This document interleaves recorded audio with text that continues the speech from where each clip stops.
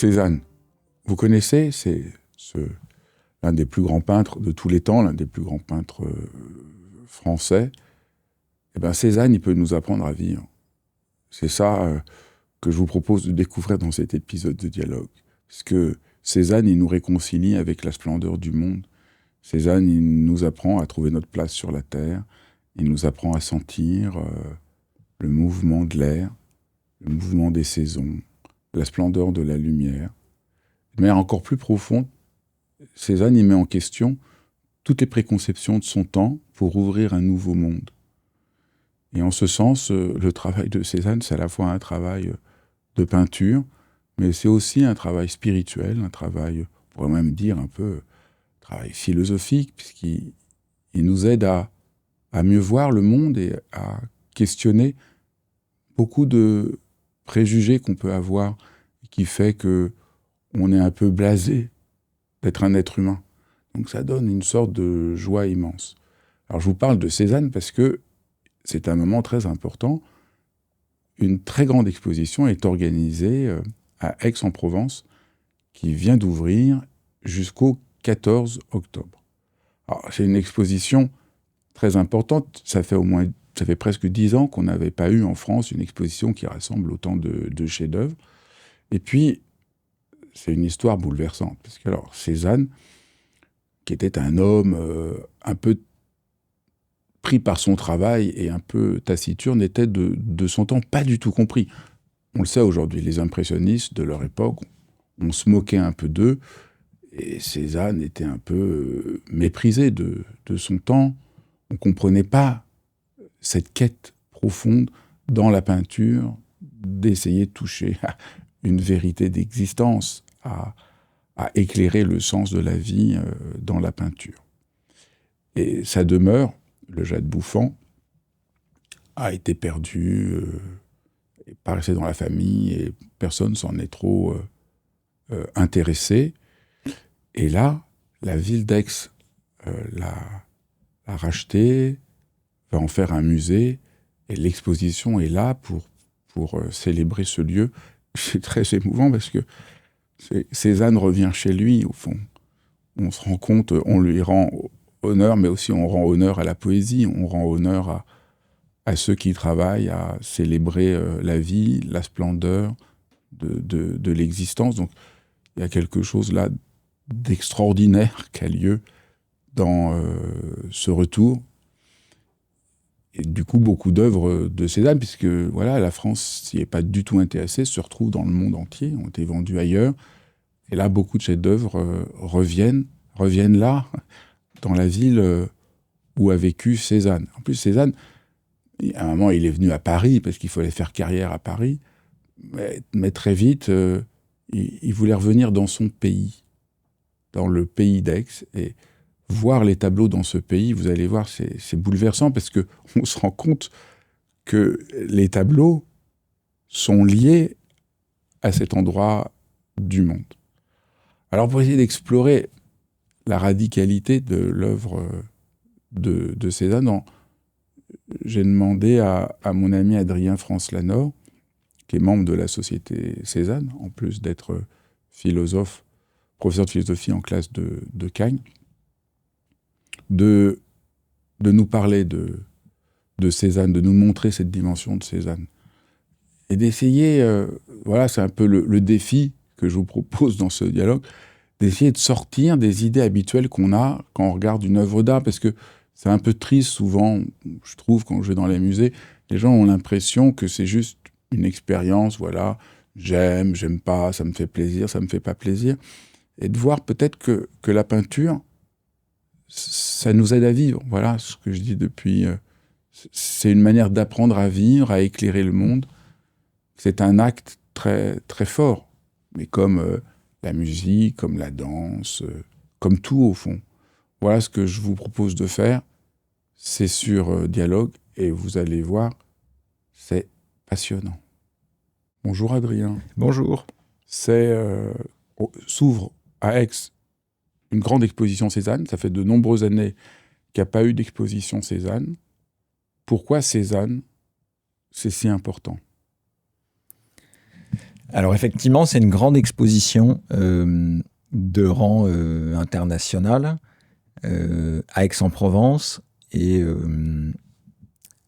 juste un mot pour la présenter rapidement, autour du Jas de Bouffan. En fait, l'occasion, c'est que la ville d'Aix-en-Provence a racheté la propriété familiale de Cézanne, que ça va être ouvert au public, qu'en même temps, il y a la restauration de l'atelier des Lauves et tout le travail de plusieurs décennies, en fait, au départ de Denis Coutagne, pour faire que Cézanne revienne en un sens à Aix.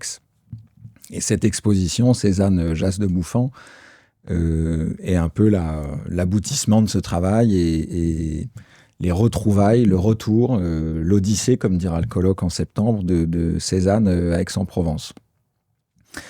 Donc ça, c'est l'occasion, et la dernière fois, c'était 2006, autre grande exposition, y compris à Aix-en-Provence. Indépendamment de la circonstance, si on peut dire, pourquoi Cézanne, je veux dire abstraction faite de Aix et de ce qui se passe, parce que je pense que c'est le sens de ta question, pourquoi Cézanne, ce peintre en particulier. Pourquoi ce peintre est tellement important? Pourquoi il est tellement important? Pourquoi ce peintre est devenu une sorte...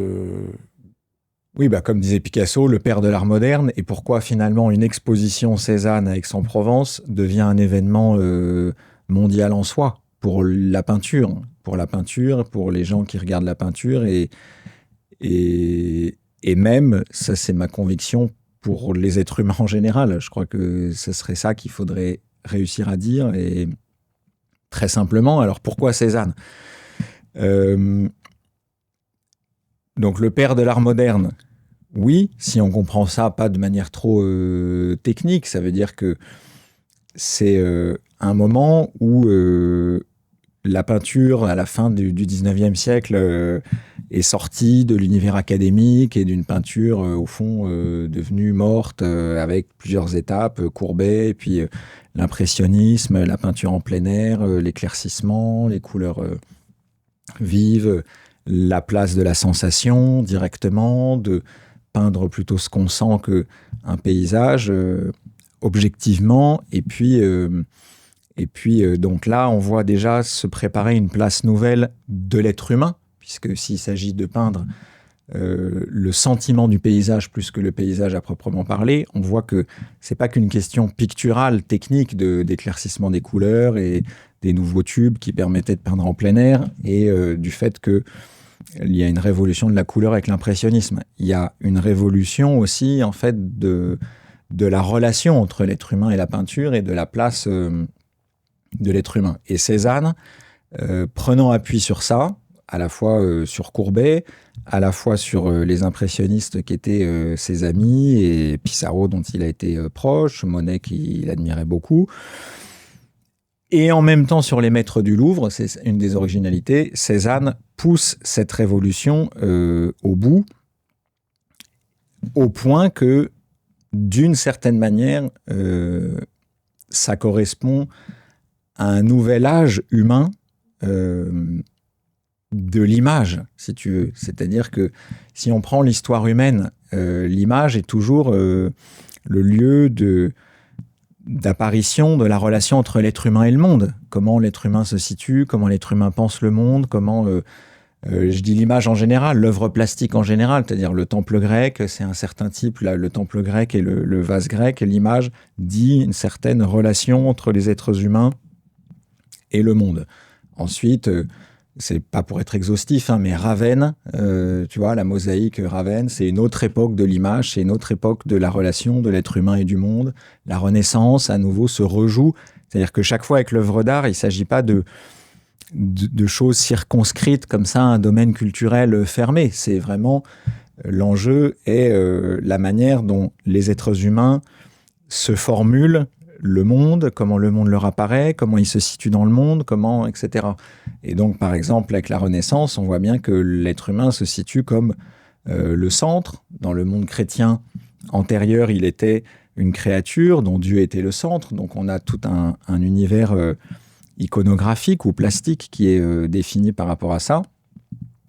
Et donc, par rapport à ces grands âges, là, évidemment, je fais des très grandes périodes, mais par rapport à ces grands âges de l'image et de la relation au monde, Cézanne, c'est un nouvel âge.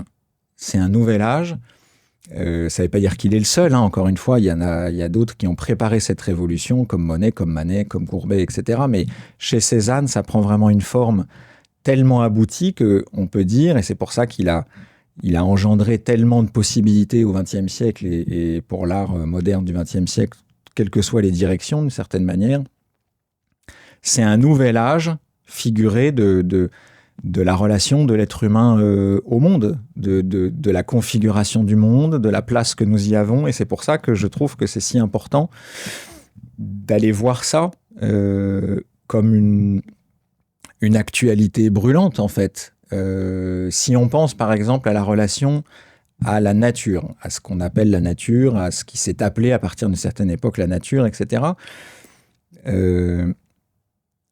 et avec les inquiétudes, les questions écologiques, l'anthropocène, etc., etc., et bien en fait, on peut regarder Cézanne par rapport à ça. Il a quelque chose à nous dire d'une relation où l'être humain n'est plus le centre, où l'être humain n'est plus le maître qui ordonne tout, où l'être humain vient au contact de la nature, où l'être humain est à l'écoute de la sensation, à la fois réceptif et en même temps, évidemment, l'émerveillement et en même temps, la responsabilité que nous avons par rapport à ça. Donc, il faudrait regarder cette peinture comme aussi bien une grande pensée, parce que c'est un grand penseur, il y a toute une grande pensée picturale, et toujours la regarder par rapport à qu'est-ce que ça nous apprend de notre relation actuelle avec le monde, avec le corps, par exemple. Il y a une nouvelle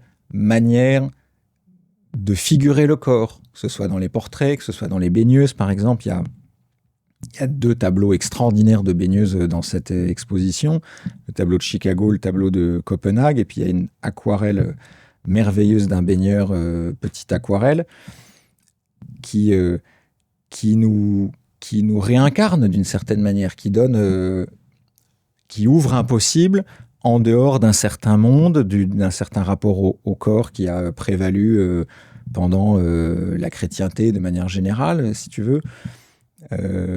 On découvre un corps libre, un corps qui se réjouit juste d'être présent et qui est une espèce d'extase de présence, un corps pas coupable, un corps qui s'ébroue dans la nature et dans l'eau. Je pense que l'important, c'est de toujours regarder une œuvre d'art de ce rang-là, de cette importance-là, parce que Cézanne, en plus, avait conscience de ça quand il dit « je suis le primitif de ma propre voix ». Il sait très bien qu'il ouvre un espace nouveau de la figuration humaine, de la pensée picturale, de la pensée artistique en général. Donc il est très conscient de ça. Il faut regarder les œuvres en prenant le temps. C'est pas la peine de regarder toutes les œuvres, mais choisir celles qui nous appellent et qui nous parlent et regarder qu'est-ce que ce cadrage nous apprend de notre position dans le monde, qu'est-ce que ça nous dit, qu'est-ce que le fait qu'il y a plusieurs très très belles aquarelles. Il y a notamment à la fin de l'exposition, il y en a à d'autres endroits, mais à la fin, il y a 2 aquarelles extraordinaires dans la dernière salle, sur le mur de droite, une qui s'appelle La route tournante. Et dans les aquarelles, on découvre qu'avec très peu de choses, très peu de moyens d'une certaine manière, et au fond très peu de couleurs, on arrive à la richesse maximale, à la plénitude maximale. Encore une fois, on vit dans un monde du trop, du surplus, de la surcroissance, du trop-plein partout. Et là, tu découvres qu'avec très peu de choses, avec même des vides, avec de l'absence de couleurs, avec du non-peint, tu crées de la plénitude. Et donc, ça donne aussi à penser. Évidemment, c'est très très beau, c'est pour l'œil, c'est une merveille, etc. Mais en plus, si on commence à entrer un peu dans cette relation, voir que avec très peu de moyens, on arrive à une telle richesse, je ne sais pas comment dire, une telle plénitude à la fois humaine, à la fois de beauté, à la fois plénitude d'être, Est-ce que là, il n'y a pas quelque chose effectivement à penser pour notre monde, tu vois, qui est complètement unique parce qu'on n'avait jamais fait une image comme ça avant. Il n'y a pas eu d'image dans l'histoire humaine où, à ce point, le fait de ne pas être peint, tu vois, ça veut dire que quand il peint, par exemple, la route tournante, il y a des taches de couleur comme ça tout autour, mais la route elle-même est blanche, elle n'est pas peinte. Mais ça devient, du fait de l'agencement tellement libre des couleurs, ça c'est une autre chose dont on pourra parler, la liberté, cet agencement libre des couleurs font que la route, n'étant pas peinte, apparaît. Donc ce qui n'est pas peint, en fait, apparaît comme aussi riche et aussi dense que ce qui est peint. Alors que traditionnellement, la peinture, c'est le recouvrement complet de la surface et ne vaut que ce qui est, à proprement parler, déposé par le peintre sur la surface. Or là, presque, c'est un art d'évitement, d'entrechat, donc ça dit beaucoup de choses de la délicatesse, de la caresse que peut être notre relation avec le monde, et en même temps de la plénitude à laquelle on peut parvenir avec cette délicatesse, avec cette absence ou ce retrait, alors que on est dans une espèce de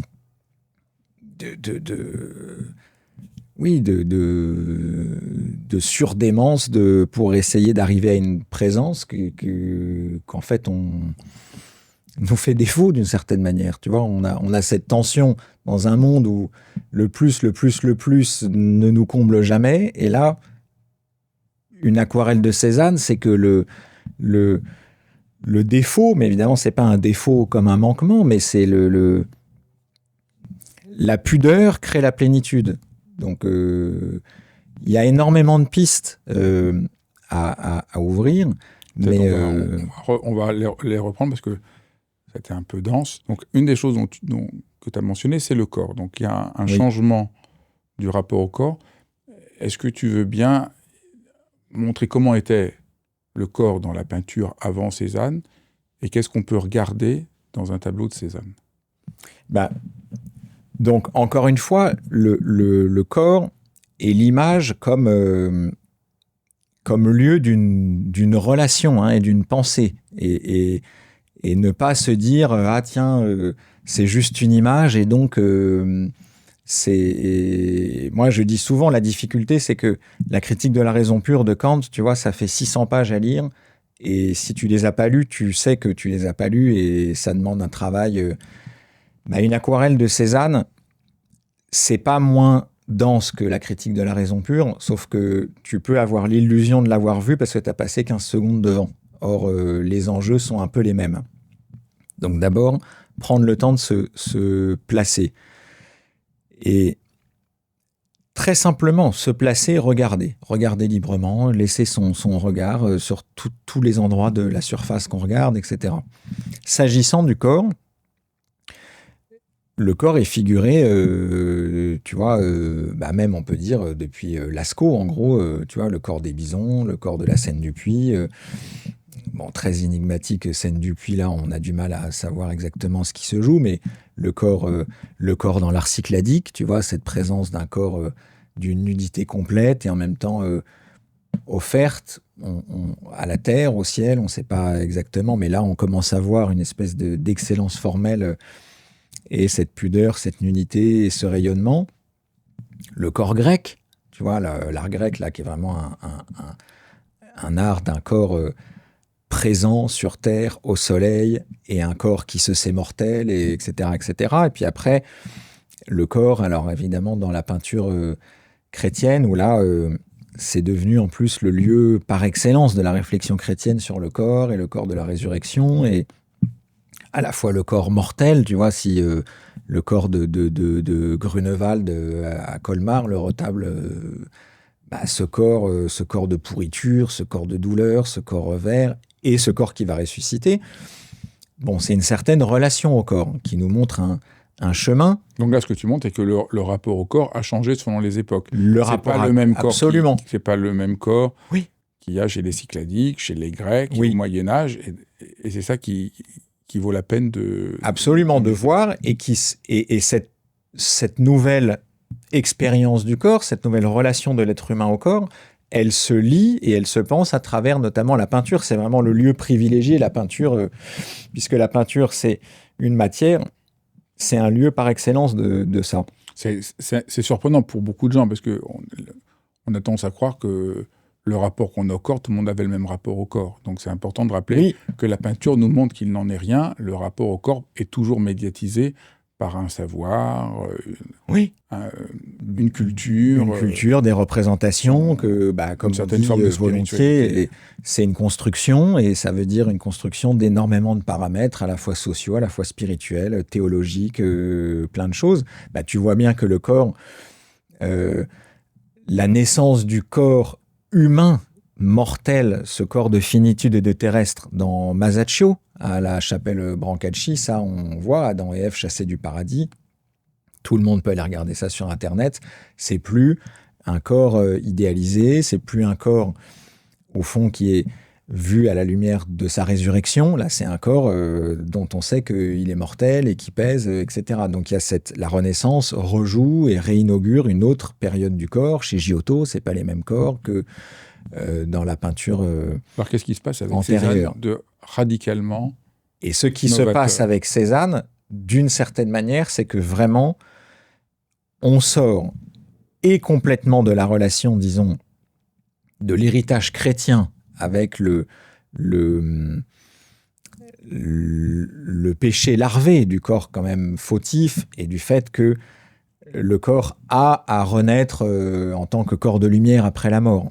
Chez Cézanne, les corps pèsent comme corps véritablement de mortels, mais ne sont pas coupables de ça. C'est-à-dire que c'est un corps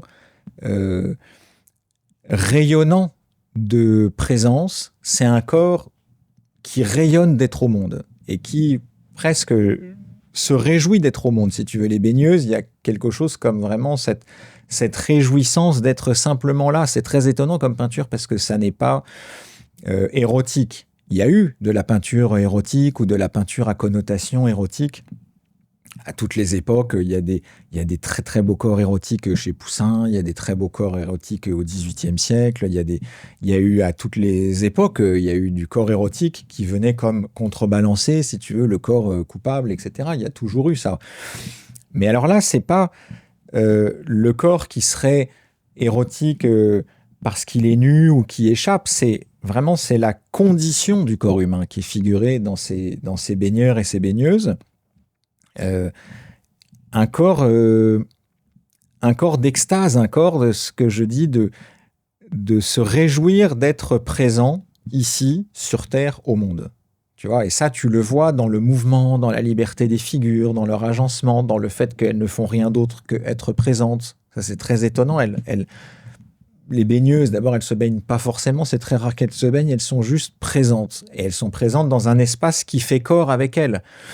C'est pas qu'il y a un décor autour, c'est qu'en fait, tout fait corps. C'est-à-dire que leur corps est le corps du tableau. Tu vois, si je puis dire, il n'y a plus, surtout là, vraiment, les deux chefs-d'œuvre qui sont là, les deux tableaux de Chicago et de Copenhague.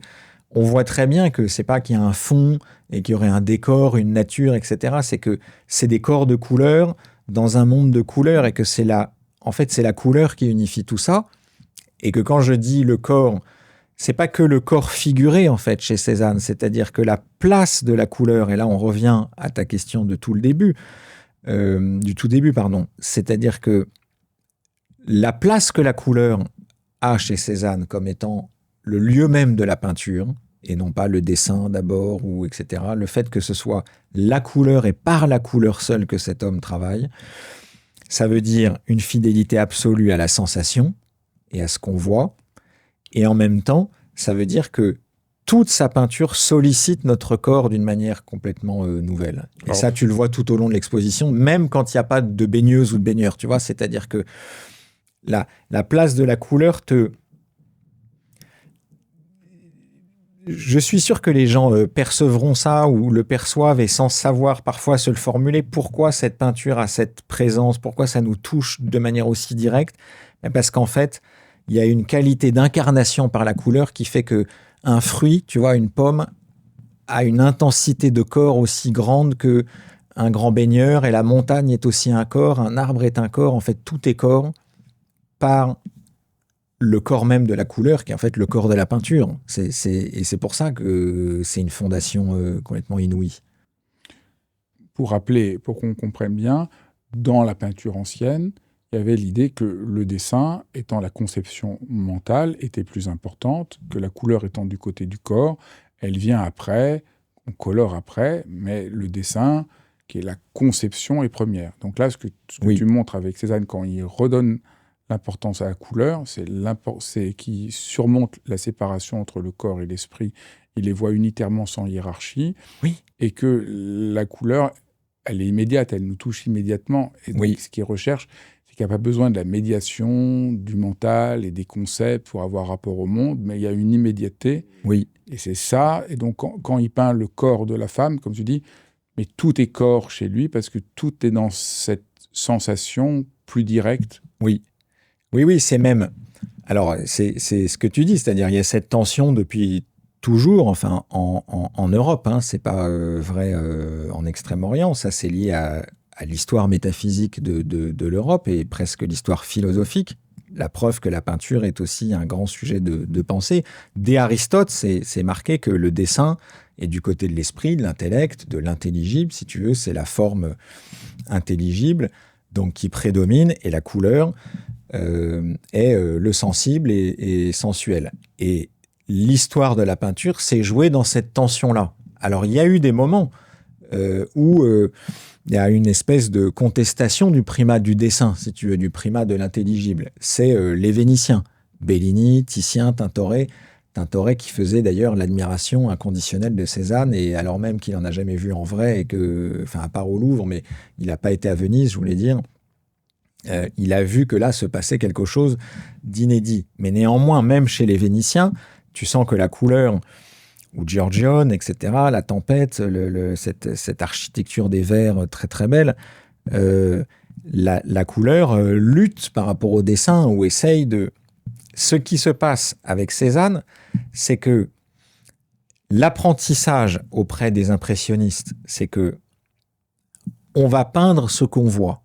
Et donc, ce qu'on voit, il n'y a pas cette construction d'ombre que de la peinture académique et la répartition des valeurs avec les gris, etc. Ce qu'on voit, les impressionnistes découvrent qu'en fait, il n'y a pas de noir, que c'est toujours même une ombre, en fait, elle est violette, elle est pleine de couleurs. Et donc, là, il y a cette espèce de rapport immédiat dans le réel. Si on ouvre les yeux, si on se met à regarder très bien, en fait, il y a la couleur des choses, il y a la couleur des reflets des choses, il y a la couleur qui change en fonction de l'intensité lumineuse. Donc, le moindre objet, ça, n'importe qui peut faire l'expérience, regarder une voiture sur un parking. Et en fait, la quantité de couleurs sur une voiture qui serait en apparence bleue, en fait, elle est bleue et plein d'autres choses. Et c'est encore plus vrai du blanc, raison pour laquelle Monet peignait la neige et tout ça. Et il n'y a pratiquement pas de blanc sur un tableau de neige. Il y a du bleu, il y a du jaune. Il y a du bleu, il y a du jaune. Il y a des ombres, il y a des reflets, il y a des vibrations. S'il y a une voiture bleue à côté de la voiture blanche, il va y avoir un peu une diffusion de bleuté sur qui se truc. S'il y a les nuages qui se réfléchissent. Pour voir ça, il faut sortir de la manière dont nous ne voyons pas le monde, parce qu'on le filtre à travers nos concepts. On dit voiture bleue, point. Et la neige est blanche, et on dit qu'elle est blanche. Absolument. Et ces peintres nous apprennent à aller plus loin, à rentrer dans la profondeur d'être un être humain dans le monde, et que c'est beaucoup plus riche que ce que l'on croit. Oui, et surtout de faire confiance, en fait, à la sensibilité. Et c'est pour ça que c'est des peintres qui ont passé, et Cézanne aussi, de temps sur le motif, à regarder plutôt que à structurer les choses. C'était beaucoup une peinture d'atelier avant, donc si tu veux, qui confirme que en réalité, c'est la vue de l'entendement qui gouverne. On dit voiture bleue, effectivement, et donc on peint une voiture bleue. Bon, pas en atelier à l'époque, il n'y a pas de voiture, mais... Alors que là, c'est une confiance nouvelle dans la sensation. Il n'y a pas cette défiance, et qui est aussi héritée, on peut dire, tu vois, d'une certaine... un rapport à la philosophie, la défiance par rapport au sens, trompeur, etc., etc. Donc là, il y a cette confiance nouvelle, cet abandon nouveau, et donc effectivement une espèce d'immédiateté. Mais ce qui se produit chez Cézanne, en plus de... c'est pas un concours, mais disons en plus des impressionnistes, c'est qu'il y a ce même point de départ dans la couleur, Mais si tu ne t'appuies que sur la couleur dans son immédiateté, comme on peut le voir dans la peinture impressionniste, bon, avec toutes les limites de ce terme, parce que Monet, à la fin, c'est pas tellement impressionniste, etc., mais ça produit une sorte de dilution de la forme. Donc, il y a ces grands espaces magnifiques des nymphéas, cette dilution, cette fluidité extraordinaire. Chez Cézanne, il y a la confiance, il y a la relation à la sensation, mais il se produit une chose là vraiment qui est propre à lui et qui fait qu'il est à ce point fondateur. Il découvre aussi que la couleur, en fait, structure le réel et que, au lieu que la couleur chez lui produise une dissolution généralisée, il va construire par la couleur, rôle qui était dévolu en principe au dessin. C'est le dessin qui ordonnait, construisait la composition, etc., etc. Or, chez Cézanne, c'est la couleur, c'est-à-dire la relation la plus immédiate au visible, devient le lieu d'une logique nouvelle et donc d'une construction nouvelle, d'où, ça c'est une autre chose stupéfiante que tout le monde éprouve, je pense, en voyant sans pouvoir forcément le formuler, ça paraît tellement structuré et architecturé et en même temps tellement improvisé, tellement libre. Et regarder une nature morte de Cézanne, c'est le sommet de la composition, mais c'est pas une composition pré-organisée, prédéfinie par un entendement qui aurait d'abord dessiné et réparti les choses.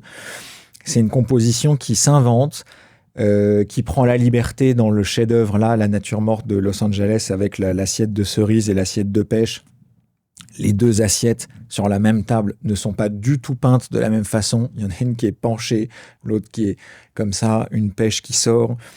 Et il arrive à faire tenir ça ensemble avec cette liberté. Et là encore, je trouve que humainement, c'est une expérience tellement nourrissante de voir la possibilité que je pense être vraiment une des grandes possibilités de notre monde, en fait, la grande audace moderne. Tu as pu dire risquer la liberté. Là, on est vraiment au cœur du sujet, c'est-à-dire risquer la liberté, ça ne veut pas dire faire n'importe quoi. Ça veut dire qu'il y a la possibilité d'un ordonnancement, mais qui ne soit pas préordonné par un entendement. Et Cézanne, c'est une immense leçon de ça. C'est-à-dire... Et un des derniers tableaux de Bibémus, ça c'est un prêt exceptionnel, un des plus beaux tableaux de Bibémus du musée de Essen, qui en plus c'est une belle histoire parce que c'est un Allemand c'est la collection d'un Allemand au Stauss qui est venu voir Cézanne à l'atelier des Louvres et tout ça, et sa femme a pris une des plus belles photos, donc c'est émouvant de voir ce tableau revenir ici, et voilà, de cette collection allemande à Essen. C'est un chaos complet. Et c'est un chaos qui tient. Donc, c'est pas une harmonie, comme on dit chez Leibniz, une harmonie préétablie parce que Dieu a ordonné cette harmonie. C'est pas une harmonie grecque, c'est une harmonie d'un genre nouveau. Il y a une harmonie moderne possible. On vit pas dans un monde de chaos, et c'est pas parce qu'il c'est pas parce qu'il n'y a pas de règles préétablies partout que c'est nécessairement le dérèglement de tout. Tu vois, c'est comme chez Rimbaud, le long et raisonné dérèglement de tous les sens. Long et raisonné, ça veut dire que c'est un travail. Et dérèglement des sens, ça ne veut pas dire on fait n'importe quoi.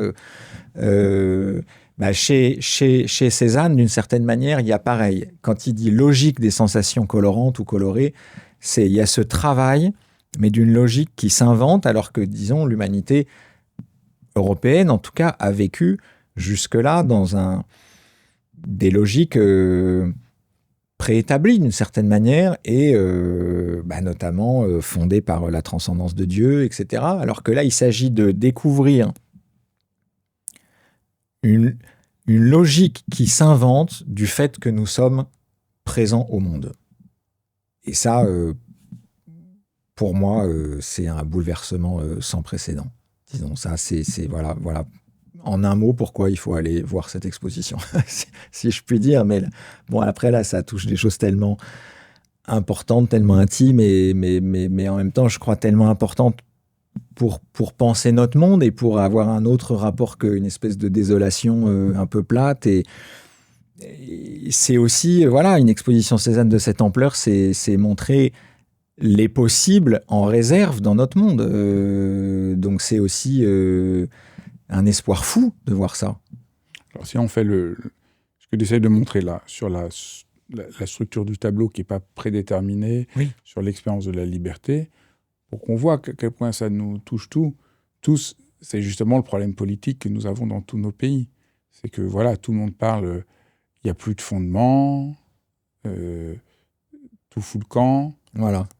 Et au fond, Cézanne montre que le fait qu'il n'y ait plus un fondement fixe qui au fond, nous emprisonne dans un système hiérarchique qu'on ne voudrait peut-être plus aujourd'hui, oui, n'implique pas le chaos et qu'on peut essayer de trouver d'autres manières d'organiser des formes, une manière d'être ensemble, une manière d'être avec. Oui. Au fond, c'est une pensée de comment être ensemble, comment être avec. Oui. Au fond, ça que tu vois dans la peinture de Cézanne, au fond, c'est une leçon philosophique, une leçon politique. Oui. Et peut-être, ce que tu dis souvent, c'est que Cézanne fait un travail pour apprendre à vivre dans ce monde où on ne veut plus ces hiérarchies figées, où dès qu'on est, on est pour toujours au même endroit, avec une sorte de... Voilà, la vérité, c'est comme ça, et c'est non discutable. On ne veut plus de ce monde-là, mais on n'est pas obligé de tomber non plus dans une sorte de relativisme général où il n'y a plus rien qui peut tenir. Et c'est ça que montre Cézanne. Et Cézanne fait un travail que malheureusement, nos politiques n'ont pas fait. Oui. Oui, absolument. C'est exactement ça. À la fois, moi je le dis, sur un plan politique, sur un plan écologique, sur un plan éthique, sur un plan philosophique. Bon, là, il a été reconnu comme grand penseur par des philosophes parmi ses contemporains. Merleau-Ponty a vraiment été au contact de Cézanne au tout début. Martin Heidegger a vu ça. Il y a des très belles pages de Deleuze aussi sur Cézanne et tout ça. Là, il a été vu par les philosophes pas de son temps immédiat, mais après. Mais en revanche, oui, c'est-à-dire, tu vois, cette idée que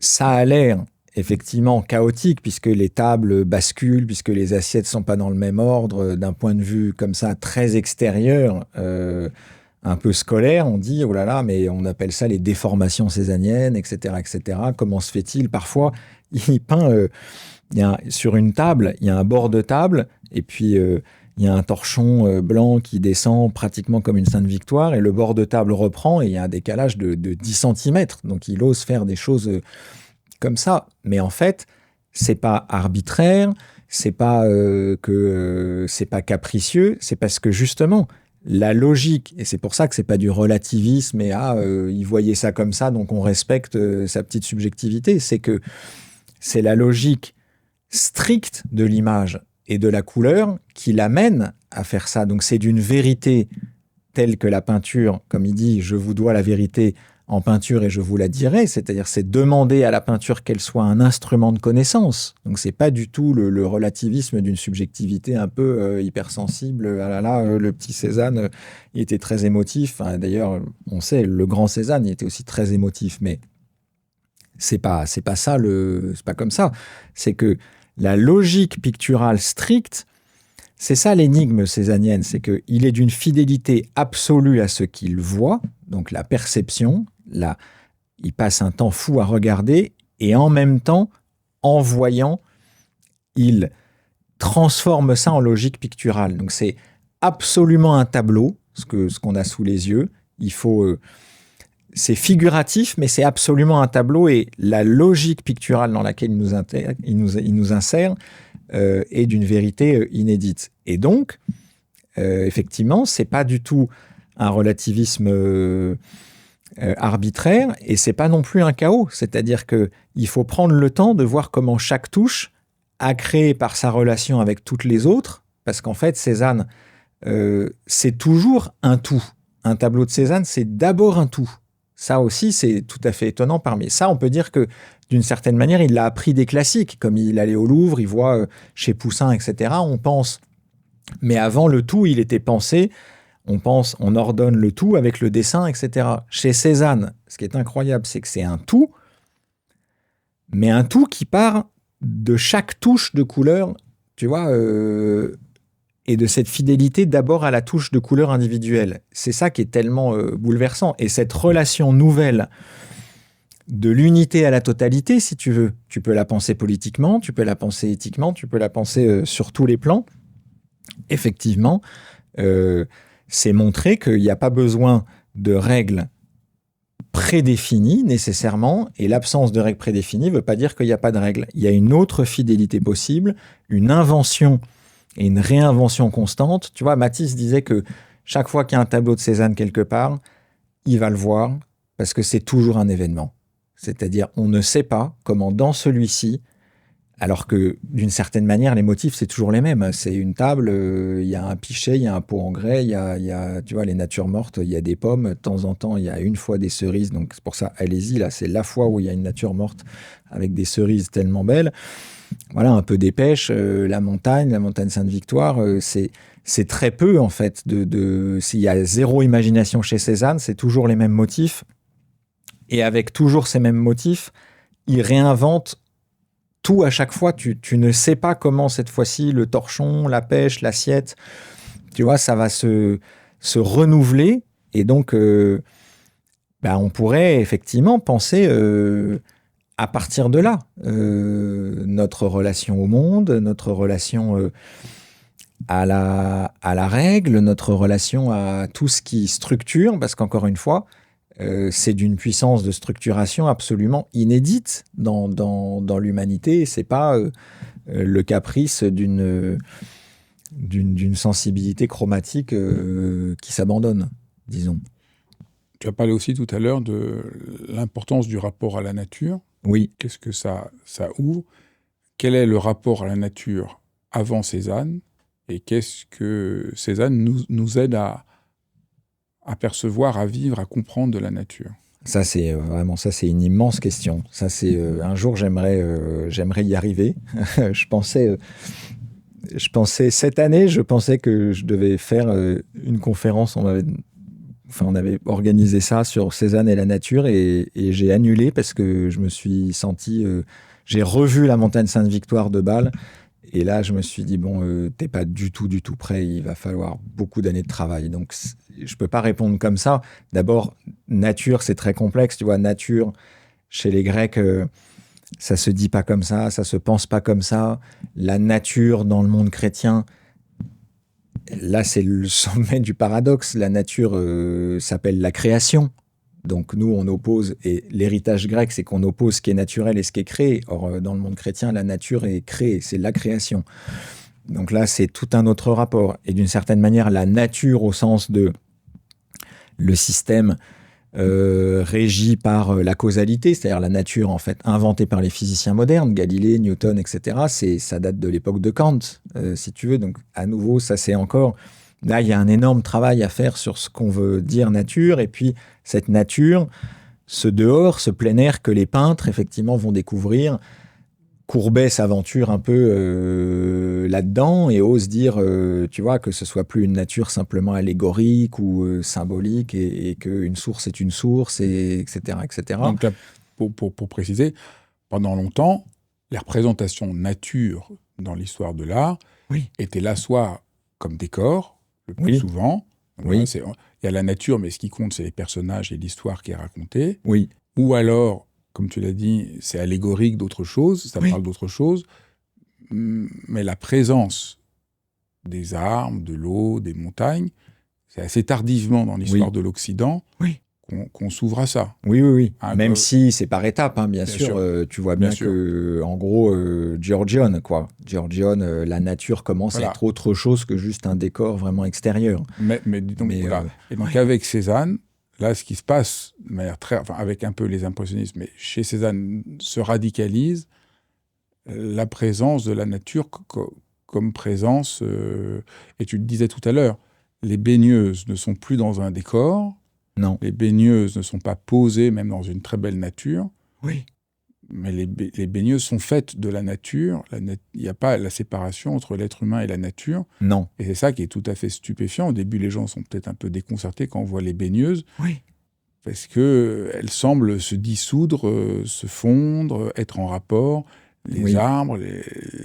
Et donc, c'est ça qui commence à ouvrir et qui est parlant pour nous aujourd'hui, parce que Oui. c'est ce rapport-là à la nature dont on est privé, et c'est ce rapport-là à la nature qu'on aimerait retrouver.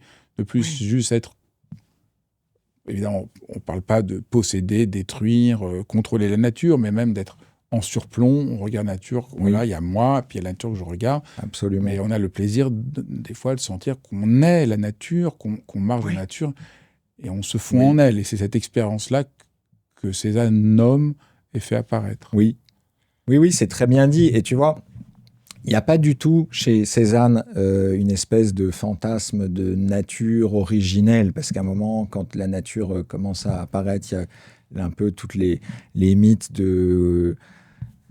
les mythes, les affabulations, je veux dire, hein, là, c'est pas au sens noble du terme, de la nature comme lieu origine, pureté, etc., etc. Alors, c'est pas du tout ça chez Cézanne, parce que c'est une nature dont il vient déceler l'ordonnancement en même temps et déceler, révéler, inventer.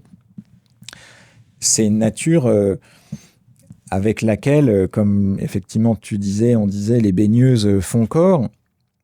Et d'une certaine manière, il y a une chose très inouïe, c'est que les gens remarquent dans les paysages de Cézanne, il n'y a pas d'être humain. Alors effectivement, il n'y a pas d'être humain, sauf très rares exceptions, mais il n'y a pas d'être humain. Est-ce que ça veut dire que, mais parce que c'était le vieux Cézanne, il était un peu misanthrope, retiré, etc. Alors pas du tout, du tout. Il y a des pages très très belles où il dit que il peint donc sur nature, hein, sur le motif, il est rivé dessus et ça prend beaucoup de temps parce qu'il dit il se met au diapason de ce qui est devant lui jusqu'à faire corps. Et il y a cette phrase où il dit « Le paysage s'humanise en moi ». Et je pense que ça, c'est une des choses les plus audacieuses du travail de Cézanne, de comprendre que, bien sûr, il ne s'agit pas d'une relation de domination, d'exploitation, etc., etc. Mais il ne s'agit pas non plus d'une relation de contemplation romantique, tu vois, la nature que les romantiques ont inventé pour la sauver de la rationalisation de la physique naissante et d'après les Lumières, où tout à coup, il n'y a plus aucun mystère dans la nature. Et c'est pas une nature comme ça qu'on va recharger de mystère et de fantasmes un petit peu. C'est pas du tout un romantique, Cézanne. Mais dire le paysage s'humanise en moi, c'est ce qui se passe picturalement, puisque je dis, il regarde, il fait confiance à ce qu'il voit. Ce qu'il voit, c'est des couleurs, mais c'est le regard qu'il porte sur la nature qui fait qu'il révèle la structure colorée du monde. Donc là, on voit bien que la nature a besoin de nous, en fait, aussi pour révéler. C'est ça qui est très beau chez Cézanne, c'est que on fait corps avec elle, et parce que si nous nous mettons en position cézannienne par rapport à la nature, elle s'humanise en nous. Ça ne veut pas dire qu'on en devient maître et possesseur, ça veut dire que elle devient un monde, elle devient, tu comprends, quand on fait une promenade et que on se met au diapason de ce qui se présente, c'est un ordonnancement, c'est une structuration, et c'est pas juste une contemplation extérieure à distance avec tout le lot de fantasmes un peu que ça peut receler. C'est un élément. Peut-être on pourrait, tu vois, essayer de retrouver cette pensée des premiers Grecs, tu vois, de l'élément. Un élément, ça veut pas dire que c'est quelque chose, c'est pas la constitution moléculaire, c'est une dimension dans laquelle on habite. Et donc, ne pas naïvement penser que oui, la nature nous est extérieure et qu'il y a cette opposition entre l'art et la nature, etc., etc. Si le paysage s'humanise en nous par le regard qu'on porte sur lui, mais un regard qui est fait d'un égard maximal, effectivement, on entre dans cette sympathie, si tu veux, avec la nature et on fait corps par la couleur, en fait. Donc, il y a bien quelque chose qui nous relie et nous responsabilise en même temps. Si on avait un peu plus cette sympathie avec la nature, pas voilà, sentimentale ou abstraite, mais Oui. vraiment de tout notre être. C'est ça que montre Cézanne. Peut-être que ce serait ça, le passage à un autre monde que le monde de la destruction de la nature auquel nous assistons Oui. aujourd'hui. Oui. Parce qu'aujourd'hui, au fond, notre discours sur la nature, c'est qu'il faudrait la gérer autrement. Oui. Alors que ce que montre Cézanne, qu'est-ce que ça fait d'entrer en sympathie avec la nature, de prendre soin, d'être ouvert. Oui. Et tu vois, cette sympathie, juste, c'est faire corps. L'élément, c'est la couleur. La nature est couleur. La nature est couleur. Tu vois, ça, il faudrait penser ça. Qu'est-ce que ça veut dire, la nature est couleur? Mais on peut penser tout. Respecter le bleu du ciel, respecter, tu vois, le vert des arbres, etc. Il parle dans un texte où il dit c'est bizarre, les paysans qui travaillent là, etc. Bizarrement, ils n'ont jamais vu la Sainte-Victoire avec cette irisation de rose au moment du coucher du soleil, etc. Parce qu'ils sont pas là-dedans. Donc c'est pas non plus, tu vois, le fantasme les paysans sont au contact de la nature, etc. C'est faire corps, la sympathie, ça veut dire faire l'épreuve et sentir en même temps, c'est possible si on se met à voir la nature comme couleur. Et la nature comme couleur demande le regard humain qui s'ouvre à la couleur. Donc là, on voit tu vois, la relation. Alors, dans la nature, il y a les arbres. Oui. C'est un sujet... donc, tu as écrit un texte dans le catalogue sur les arbres. Tu as écrit plusieurs textes sur les arbres et Cézanne. Oui. Qu'est-ce qui te touche et te plaît tant dans les arbres? Ce qui me touche tellement, c'est que... D'abord, ça commence à 14 ans, mon premier livre sur Cézanne de Gilles Plazzi que mes parents m'offrent.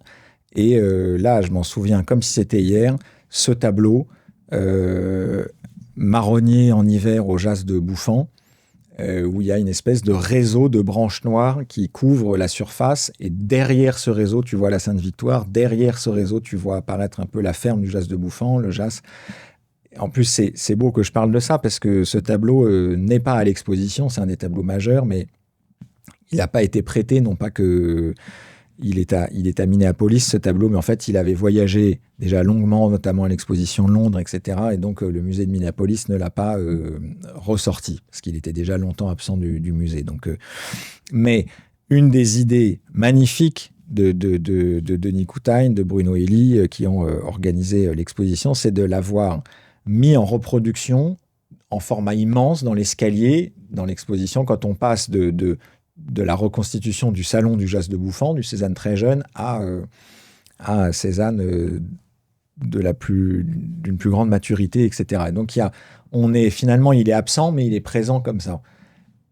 Pour moi, ça part de là. Il y a ce souvenir de ce tableau qui m'a toujours touché, intrigué, et quand même, puisque peindre, c'était voir, c'était regarder, et là, la vue est complètement obstruée par ces troncs, en plus, noirs, brun foncé, etc. Bon, en fait, il y a plein de blancs, et on ne sait pas trop comment tout ça chemine dans une vie, mais ça a cheminé longtemps. Après, j'ai travaillé sur d'autres choses, et c'est revenu, et ça me quitte pas, cette question de la transformation du voir et le fait que Cézanne vient à ce point peindre des troncs, et comme il dit, c'est-à-dire des corps. Et tu vois, ce tableau, et beaucoup de tableaux là, qu'on voit d'ailleurs dans la très belle salle où il y a les tableaux du jas de Bouffant, il y a le moment où il arrête de regarder les arbres comme des choses à distance, ou de manière encore un petit peu dans l'héritage impressionniste avec les touches du feuillage, etc. Tout à coup, il entre en contact avec les corps. Les troncs sont des corps, comme il dit, etc. Et ça, c'est vraiment bouleversant. Là, on entre vraiment dans le sujet Cézanne, c'est-à-dire que, comme je disais,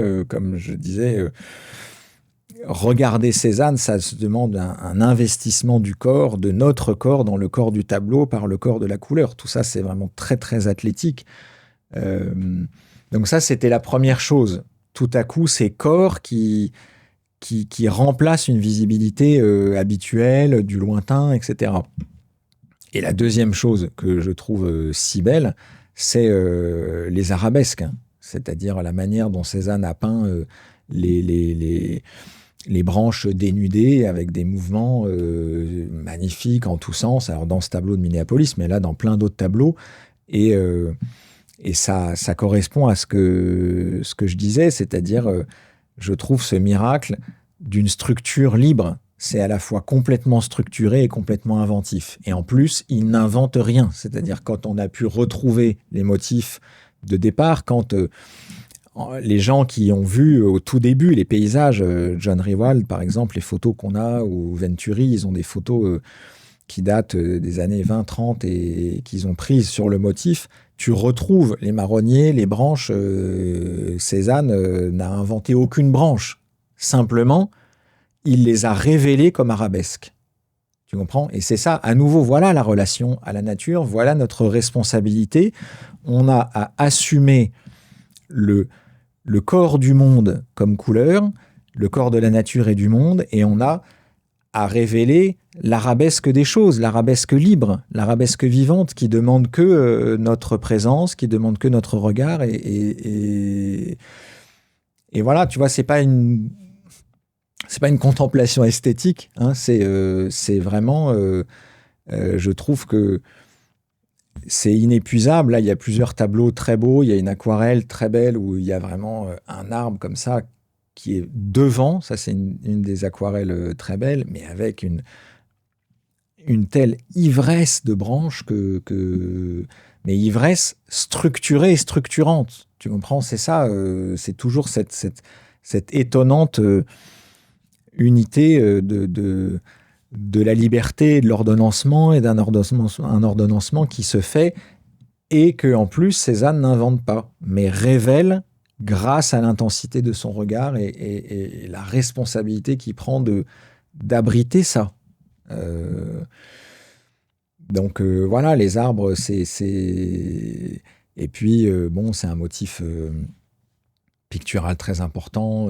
C'est aussi intéressant de le voir par rapport à d'autres. Il y a de très beaux arbres dans des gravures de Rembrandt. Il y a des très beaux arbres chez Giorgione, là, un peu la naissance de l'arbre, tu vois.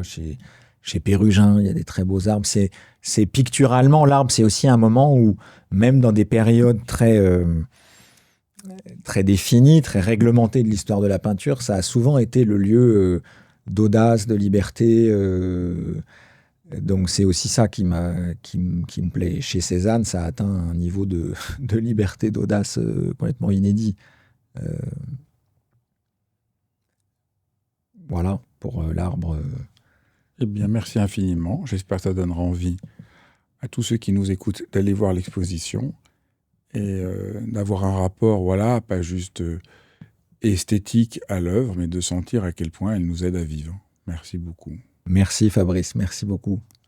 Merci d'avoir suivi cet épisode de Dialogue. C'est vraiment un vrai merci parce que c'est vraiment précieux que vous ayez vu cet épisode jusqu'au bout, que ça vous parle, parce que je fais ça pour vous. Donc c'est vraiment un échange et je suis vraiment conscient aujourd'hui qu'autour de Dialogue, il y a véritablement une communauté de gens pour qui prendre soin du monde, prendre soin de soi, prendre soin des autres compte beaucoup. Et c'est vraiment merveilleux de voir qu'on est ainsi une communauté. Alors n'hésitez pas à partager, à liker. Ça a l'air de rien, mais c'est vraiment très important. Ça participe d'une sorte de contagion heureuse dont notre monde a bien besoin. Je vous embrasse et je vous dis encore une fois merci.